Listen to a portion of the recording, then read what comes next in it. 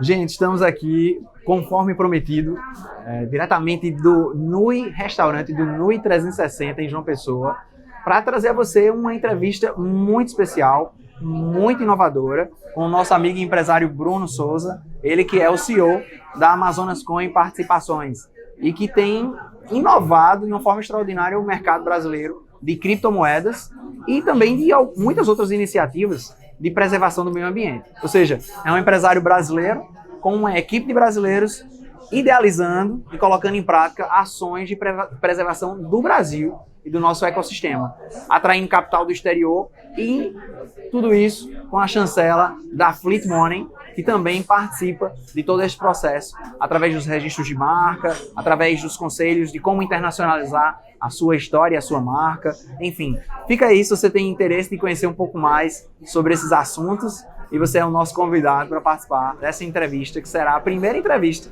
aqui do nosso canal.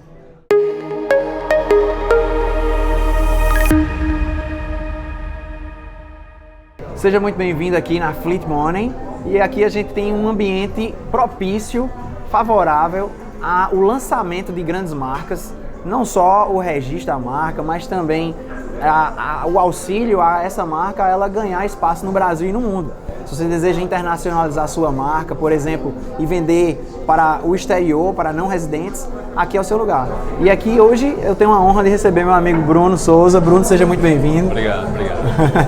Bruno Souza é um grande empresário aqui paraibano, mas que não se limita à geografia paraibana para atuar. Hoje eu vou conversar com ele, eu já o conheço há alguns anos. Bruno se demonstra um empresário extraordinário, trouxe algumas marcas dos Estados Unidos para serem comercializadas na Paraíba já há uns 5 anos e atua no mercado de software também com grande conhecimento, mas especificamente Bruno se tornou um visionário, um inovador no seu mercado ao lançar a primeira criptomoeda brasileira que tem um apelo, que tem uma proposta de valor de ecologicamente correta, de amparo e de cuidado com o ecossistema do Brasil e do mundo. Então assim, hoje vocês vão desvendar a Amazonas Coin.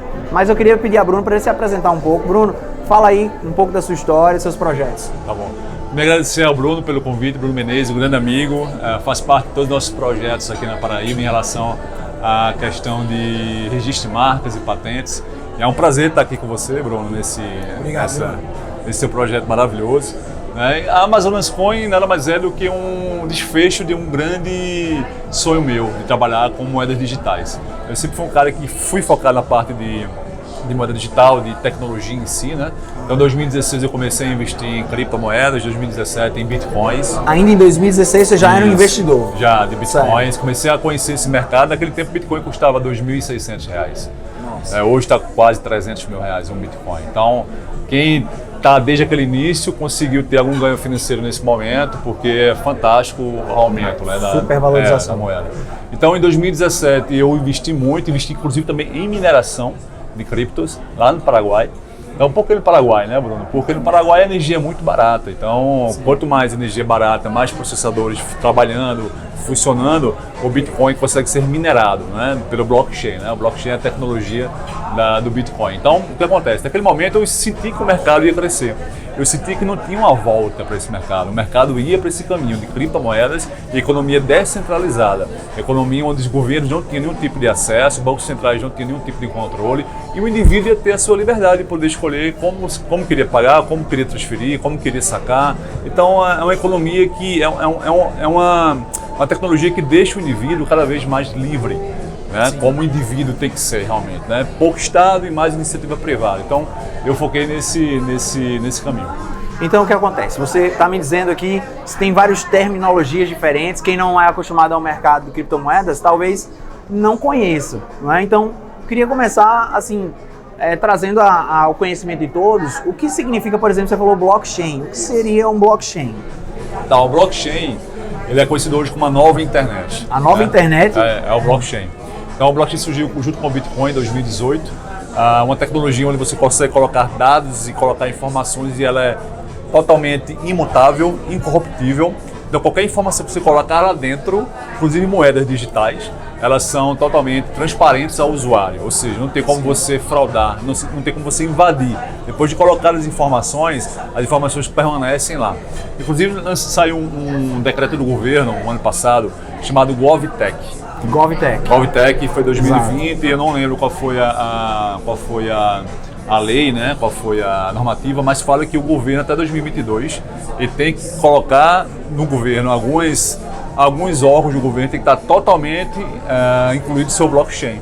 Porque o blockchain ele consegue eliminar trabalhos repetitivos, ele consegue acelerar processos que demoravam muito tempo. Então a questão das informações ela é imutável, ou seja, a informação ela continua lá, ninguém pode mexer. Então há uma transparência na produtividade, há uma transparência na parte de informações, e a moeda digital foi um grande produto do blockchain, né? Então o blockchain surgiu, a moeda digital surgiu em cima da blockchain por ser uma coisa criptografada, por isso que é criptomoeda, né? Porque é criptografada. Então cripto vem de criptografia. Totalmente. Então isso... Deixa eu tentar entender. A blockchain é um conjunto de programações que roda online na internet, e a partir deste bloco de programações você pode criar projetos. Todos. Projetos que estão sendo registrados de forma segura e que não tem como você fugir daquele registro. Foi registrado uma vez, para sempre ficou registrado. É como se fosse um smart contract, contrato inteligente. Então hoje os cartórios, eu costumo dizer que cartórios têm o tempo de validade ainda estarem abertos. E eu acho que em pouco tempo não vai mais existir cartório, porque o blockchain vai conseguir suprir a necessidade dos cartórios. Então você pode assinar um documento hoje no smart contract pelo blockchain, que a ponta final, que também está dentro desse blockchain, ele consegue validar aquela operação e tem um encontro de informações que dá validade a esse documento. Tudo pelo smart contract.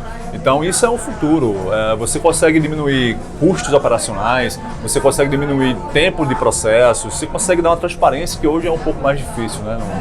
Eu estava assistindo uma entrevista e parece-me que ainda na década de 90 existiram iniciativas de moedas virtuais, mas o diferencial do Bitcoin foi o contexto no qual ele foi lançado e onde ele surgiu, a época, o mundo em crise econômica, e também a blockchain, que é justamente a segurança da validação das operações. Não tem como você fraudar a operação. Não tem. E ela é totalmente assim, atestável. Terceiros podem verificar se de fato a operação foi realizada. Isso. Então isso é que deu um ganho para surgirem diversos projetos. E aí é onde entra, gente, o projeto chamado Amazonas Coin, isso. Que o Bruno é o CEO, é o representante da Amazonas Coin Participações. Queria entender melhor como funciona esse projeto. Então, nesse contexto de ser um aficionado pelo mercado de cripto, né, e querer realmente ajudar a economia descentralizada, criamos um projeto chamado Amazonas Coin, que é uma moeda digital voltada ao norte do país, naquela questão de preservação ambiental e de levar riqueza e distribuição de renda para pessoas que vivem em áreas isoladas da Amazônia. O meu sócio, Coronel Clinson, né, ele passou muito tempo na Amazônia, coronel do Exército. Ele passou quase 8 anos, 9 anos na Amazônia, e ele não viu nenhum real de ONG chegar na Amazônia. Ou seja, ONGs que recebem recursos internacionais, Fundo Soberano da Noruega, Fundo Soberano da Dinamarca, na ponta final não se chega a esse recurso. Ou seja, existe todo um marketing e toda uma divulgação que não se concretiza, na verdade. Exatamente, ou seja, o valor não chega na ponta final. Então, com a Amazonas Coin, eu falei, não, vamos mudar essa realidade, né? Então, em um dos propósitos de uma moeda digital, da economia digital é essa, é levar a distribuição de riqueza, informações a pessoas que não têm tanta informação, levar a distribuição, conservar áreas ambientais. Aí você fala, como você vai fazer isso com essa moeda digital? Então, primeiramente, 25% do que é minerado desse projeto. Então, o que é minerado, pessoal? Toda moeda digital tem que ser minerada, tá? Então, toda moeda digital tem um blockchain. Então, dentro do blockchain tem as nossas Amazonas Coin, que tem que ser mineradas. Então, 25% dessa mineração vai para o INEP, que é o Instituto Nacional, que é o Instituto Nacional de Excelência em Políticas Públicas de Brasília. Ele pega essas moedas digitais, liquida no mercado e aplica em projetos socioambientais na Amazônia. Então, para compreensão, existem setores, áreas a serem preservadas, especialmente no norte do Brasil. Sim, sim. E o INEP mapeia e cadastra essas áreas, essas regiões. E uma vez que uma pessoa ou uma instituição venha comprar Amazonas Coin, parte desses recursos, 25% desses recursos, 25%. Serão destinados ao INEP. Quando ele liquida isso, ele reverte em moeda fiduciária em reais. Isso. E com os reais ele promove aquela preservação, Totalmente. impedindo isso. que alguém venha desmatar aí, ou algo do gênero. É isso? Exato. A nossa moeda ela foi lançada no ano passado, 19 de abril de 2020. Né?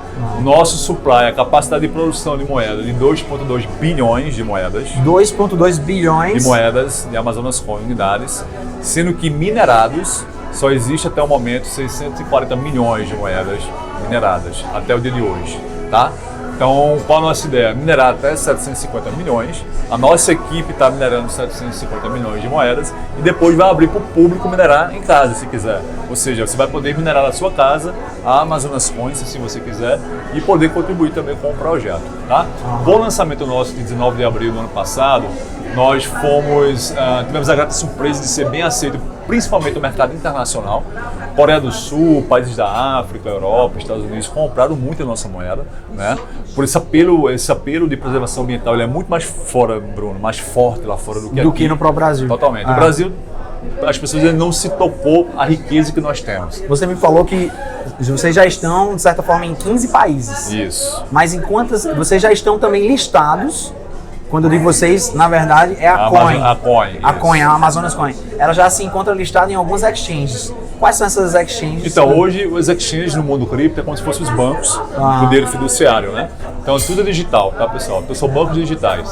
Então, hoje está no banco em São Paulo, chamado BitBroker. BitBroker. Estamos no banco no Vietnã, chamado Vindats. No Vietnã. E uma em Macau, na China, chamada Bits Blockchain. Bits Blockchain em Macau. Isso. Existem muitos bancos, então quanto mais bancos a moeda tiver inserida, melhor para o projeto. Então, até o meio do ano, a gente tem a ideia de colocar mais 6 exchanges, tá? A nossa moeda. Porque cada vez fica mais líquida a moeda e você consegue liquidar, transicionar. Porque não existe comércio de moeda se não tiver uma comunidade por trás que gosta do projeto, que acredita, que compra para poder investir em algum momento, ou o próprio especulador que compra a nossa moeda a 2 centavos, 3 centavos e vende depois a 8, a 10 centavos. Então, todo o público ele pode ser atingido pela Amazonas Coin. Tanto que só quer preservar e compra a moeda, tanto que quer especular a moeda, quer comprar a moeda e quer transicionar, quer comprar e vender e tudo mais. Então, esse é um mercado que nós estamos inseridos. Então, a Amazonas Coin, nesse contexto, está em 15 países sendo negociado, tá? Assim, pessoas que compraram a Amazonas Coin, em 3 exchanges, né, 2 internacionais e 1 nacional. E a nossa ideia é chegar em mais 6 exchanges até o meio do ano, mais ou menos. Bruno, eu costumo avaliar negócios, assim, tentando compreender o caminho do dinheiro. Então, o que você está me dizendo aqui é algo tão valioso, porque nós carecemos, no Brasil como um todo, carecemos de projetos que atraiam recursos do que se chama de investimento estrangeiro direto. Recursos que venham de fora para o Brasil. A Amazonas Coin, ela nasce no Brasil, a ideia foi aqui e a implantação do projeto, que já está consolidado, mas você está me dizendo que você tem muito mais mercado de negociações na Ásia e esse recurso vem para o Brasil através desse mecanismo criado por vocês e aí ajuda tanto a preservar o ecossistema ecológico do Brasil, mas também, logicamente, gerar renda e tudo mais. Ou seja, é possível inovar, é possível criar novas marcas que vão agregar valor e assim... Pode acontecer em qualquer lugar. Pode acontecer aqui, pode acontecer no Sudeste, pode acontecer no Nordeste brasileiro. Esse ecossistema de inovação está muito forte, né? Mas antes a gente estava conversando aqui e surgiu uma dúvida. Você falou estava falando sobre a diferença entre o token e o coin, não é? Nesse ambiente todo. Você podia me esclarecer melhor isso? Claro, no mercado de cripto existem 2 tipos de moedas, vamos dizer assim, né? A coin, que é a Amazonas Coin, é uma moeda digital, e o token. O token, quando é lançado um token digital, ele é sempre referente a algum tipo de bem, tangível ou intangível. Token da soja, token de bens imóveis, de prédios, token do crédito carbono, que é intangível. Então você sempre atrela o token a um bem, né? Então, um token equivale a um crédito carbono, no nosso caso. Um token equivale a 5% de um prédio. Então, assim, o token sempre é uma representatividade de algo real, factível, que tem um valor financeiro intrínseco nela, tá? Então, o token é isso. Então, não se pode lançar um token no mercado sem ter um valor atrelado a ela de alguma coisa, né? Não é um token por ser token, né? Então essa é a diferença, Bruno. Essa é a diferença. Então você consegue ter no mercado os tokens muito bons como investimento. O Banco BTG Pactual lançou ano passado tokens de imóveis, lançou no mercado internacional. Ou seja, ele pegou esses imóveis insolúveis que estavam parados, tokenizou todos e lançou no mercado como se fosse uma debentures. Como se fosse uma debênture. Você vendeu o token com a perspectiva do banco recomprar esse token daqui a 18 meses, com o valor de 1 mais 10%, eu não sei qual foi a negociação. Então o que acontece? O token ele é isso. Ou seja, é como se fosse uma ação, é como se fosse um debentures, é como se fosse um rebonds no nosso caso, que é a parte do crédito de carbono. Ele é uma representatividade de algo factível, real, que tem um valor financeiro intrínseco. Ou seja, vocês tanto lançaram a Amazonas Coin Participações, tanto lançou a Coin, que é a Amazonas Coin, mais conhecida como AMZ Coin, e também o token, né, que é o token De carbono. de crédito de carbono, que é o ZCO2. Exato. E o ZCO2, na verdade, você estava falando também que existe uma demanda muito grande agora de empresas que, de certa forma, poluem o meio ambiente, mas que pretendem gerar uma compensação por sua própria poluição. Exato. E esta compensação seria comprando justamente tokens, cujo valor vai ser revertido na preservação do meio ambiente, é isso? Isso. Quem está escutando o Bruno falar isso, que loucura é essa? Né? Como funciona tudo isso? Né? Mas isso é muito real e esse é o crédito de carbono hoje, Bruno, ele é uma commodities. É como soja, milho, petróleo, é um commodities. É uma commodities. O crédito de carbono hoje é uma commodities. Então, com o mercado de cripto, esse mercado de carbono que estava um tempo no limbo aí, esquecido, por questões de fraudes, questões de falta de transparência, né? Porque se tinha projetos que geravam crédito de carbono, e esse projeto era vendido 1, 2, 3, 4 vezes o mesmo crédito de carbono, e isso passava desconfiança. E o mercado não tinha como aferir se isso estava... Não tinha como aferir. Então, como a questão do blockchain chegou com o mercado cripto, o blockchain ele deu o quê? Lisura, transparência, imutabilidade. Você coloca as informações lá, elas são imutáveis. Então, você consegue hoje ter uma transparência muito boa no mercado de crédito de carbono por causa das criptos. Então, o mercado de carbono hoje no Brasil está engatinhando, por se tratar de um mercado ainda voluntário, né? Não é um mercado regulado, como em alguns países da Europa, Oceania, alguns estados dos Estados Unidos são um mercado regulado, não existe uma obrigação. Então, o que é o crédito de carbono, né? Sabe, o que é crédito de carbono? Daqui a pouco você vai saber, daqui a 6 meses, 1 ano, a obrigação da sua empresa é você ter que comprar crédito de carbono, tá? Então, o crédito de carbono nada mais é do que uma compensação ambiental que a sua empresa tem que arcar por estar poluindo. Você como empresa, você como indivíduo, você polui. Na sua cadeia produtiva, você acorda de manhã, você toma café da manhã, pega o carro, anda de avião, compra roupa, tudo isso são cadeias que poluem o meio ambiente. Se faz um cálculo, tem uma planilha padrão, que a ONU chancela essa planilha, e você coloca lá 10 funcionários, gastam tanta energia por dia, como carne no almoço, ou como frango. A frota que sua empresa tem. A frota que a sua empresa tem. No final, ele dá uma média de quantas toneladas de dióxido de carbono você emitiu no meio ambiente. Então, você poluiu. Okay. É sempre um cálculo de um ano anterior. Você sempre tenta neutralizar a pegada de carbono de um ano anterior. Então, hoje, um crédito de carbono, ele neutraliza 1 tonelada de carbono. Então, eu compro um crédito de carbono, então neutraliza 1 tonelada de carbono. Ou seja, eu consigo poluir, mas eu consigo compensar, tá? Porque qual a grande pegada do mercado hoje? É punir quem polui e favorecer quem não polui. Então, existem 2 tipos de crédito de carbono. Um que vem de florestas, projetos ambientais de conservação, onde é feito um estudo, né, em cima dessas áreas, com certificações nacionais ou internacionais, que me fala que aquela área é gerador de tantos créditos de carbono. Né? Ou seja, ele não gera, ele capta no mercado, ele capta na atmosfera. Né? Exato. Ou seja, nossas plantas, árvores, caules, folhas, raízes, solo, ele passa o dia todo respirando, inspirando né? E à noite ele solta, né? É a fotossíntese, mas ele sempre guarda algo no caule, ele sempre guarda algum carbono nas suas plantas, no seu solo. Então isso é o crédito que fica naquele local. Por não estar desmatando aquela área, por não estar cortando aquela área ou queimando, eu tenho um crédito de carbono ali inserido. E isso tem um valor para o mercado.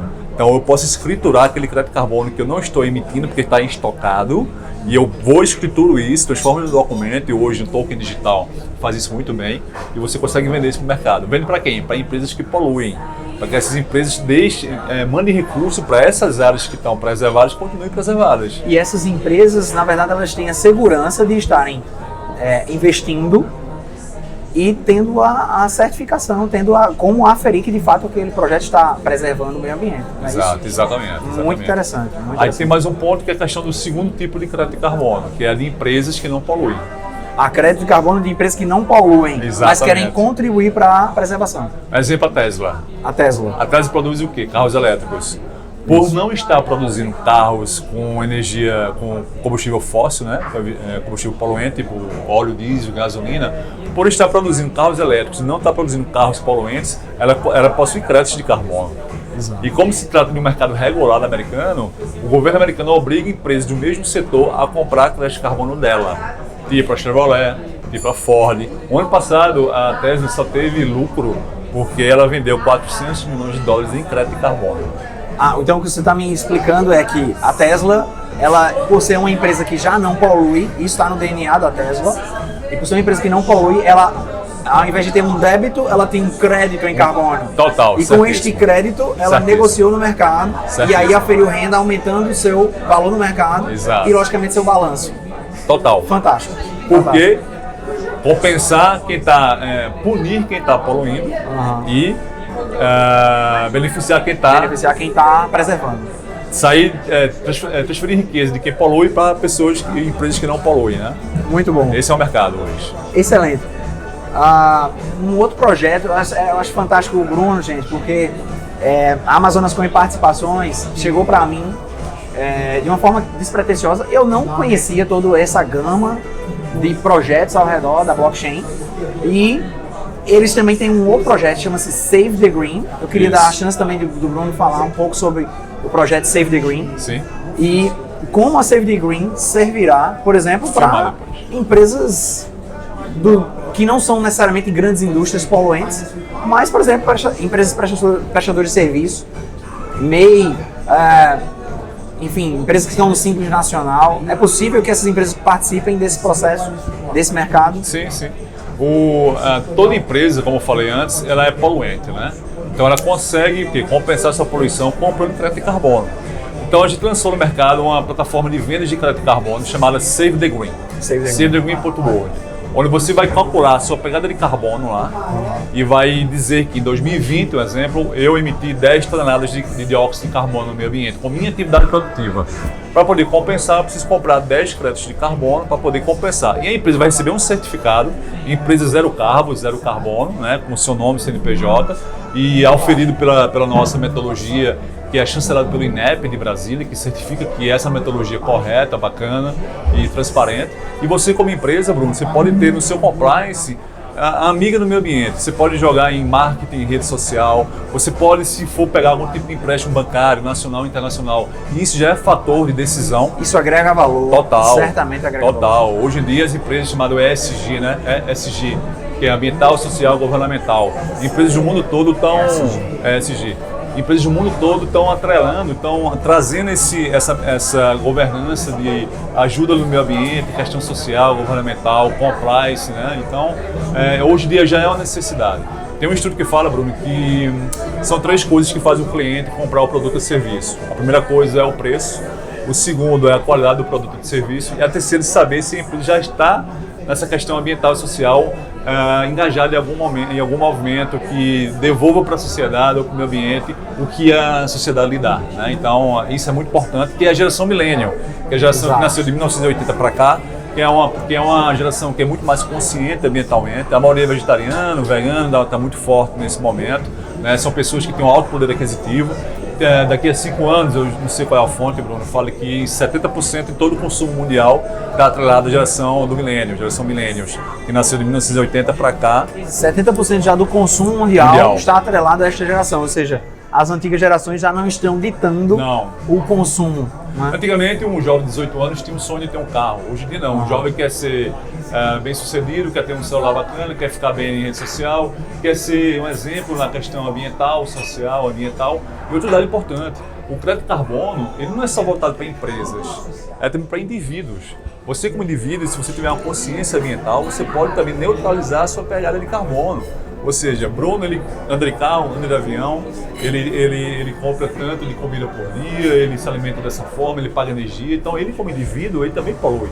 Então, você, Bruno, você pode também compensar a sua pegada de carbono comprando crédito de carbono. E o que eu acho interessante nesse projeto como um todo é o seguinte, se eu tenho essa consciência e eu tenho a intenção de preservar o ambiente, eu comprando o token, eu posso inclusive preservar o ambiente e ganhar, porque o token ele tem um valor, mas futuramente eu posso também negociar. Então existe também uma valorização da própria estrutura do token e isso me permite preservar e ganhar ao mesmo tempo.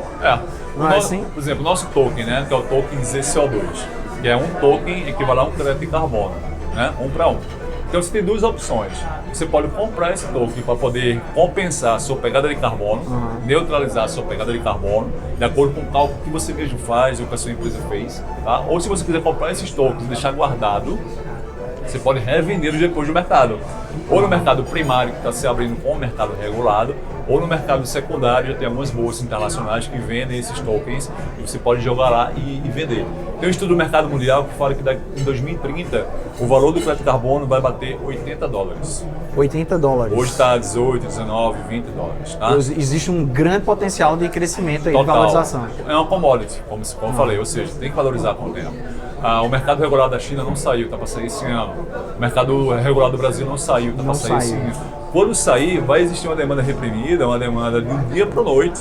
Ou seja, as empresas vão ter que se adaptar a essa nova sistemática. Ou seja, Congresso Nacional e Senado, enfim, uma vez que vier uma chancela ali, uma sanção do presidente a aprovar determinadas leis que obrigam empresas a gerarem uma compensação, a Save the Green já estará avançando em certificações e o token já estará à disposição do mercado brasileiro para ser comprado. Exato. Certamente isso vai decolar muito mais. Então vocês largaram antes, né? Saíram na frente. Total. Hoje nós temos 2 projetos na Amazônia. Tem a parte do Maranhão, que é a Amazônia, que é lá no Mirador, temos lá 20 mil hectares em média também certificados. Temos em Barcelos, que fica a 600 km de Manaus, também uma área lá preservada. Também geradora de crédito de carbono, ou seja, é uma commodity. É uma commodity. Então o dinheiro que nós arrecadamos no mercado vai ajudar a manter essas florestas. E outro fator interessante, esse crédito de carbono, você pode vender esse crédito de carbono 30 anos para frente. Ou seja, se eu tenho 1000 hectares que produz X crédito de carbono, eu posso vender 30X.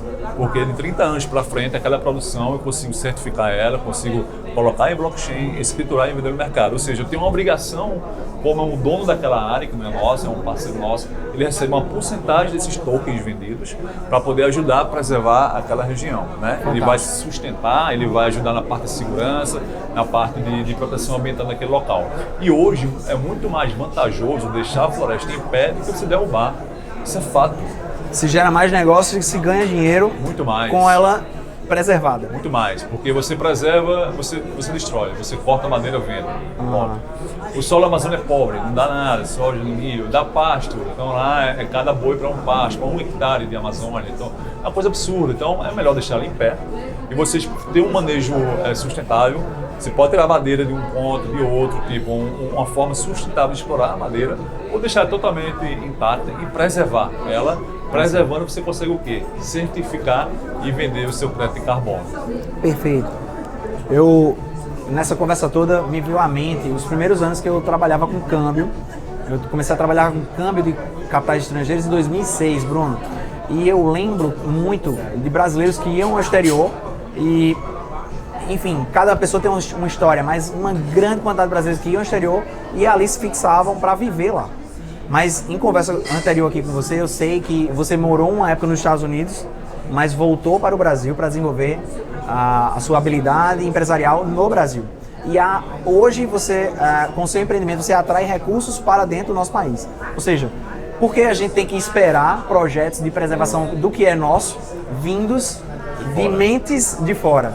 Por que não a gente imaginar um universo empresarial e de inovação no Brasil, onde a gente desenvolve empresas, novas patentes, novas soluções para problemas que são nossos. E aí, certamente, se for algo muito bem estruturado, vai atrair recursos e você vai crescer junto com o mercado. Então, assim, parabéns, Obrigado. Bruno, parabéns a toda a turma, todo o grupo Amazonas Com Participações.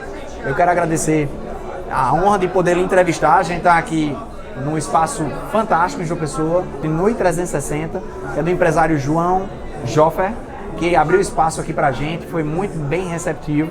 E aqui você tem uma visão ampla E aqui é o Green Tower, né? da cidade, no Green Tower, ou seja, tem todo Todo contexto, um contexto, né? a nossa A Green empresa. Tower, no Green Tower, entrevistamos Amazonas Coin, Amazonas Coin. Save the Green. E muito obrigado, Bruno. Obrigado Parabéns. pela oportunidade, obrigado por falar um pouco do nosso projeto. E vindo o convite você não tem como negar, você que faz parte do projeto, está conosco desde o início, sempre validando nossas documentações, registrando nossas marcas. Então, para mim, tê-lo nesse projeto é uma honra e também aqui nessa entrevista. Obrigado pelo convite. Obrigado, amigo.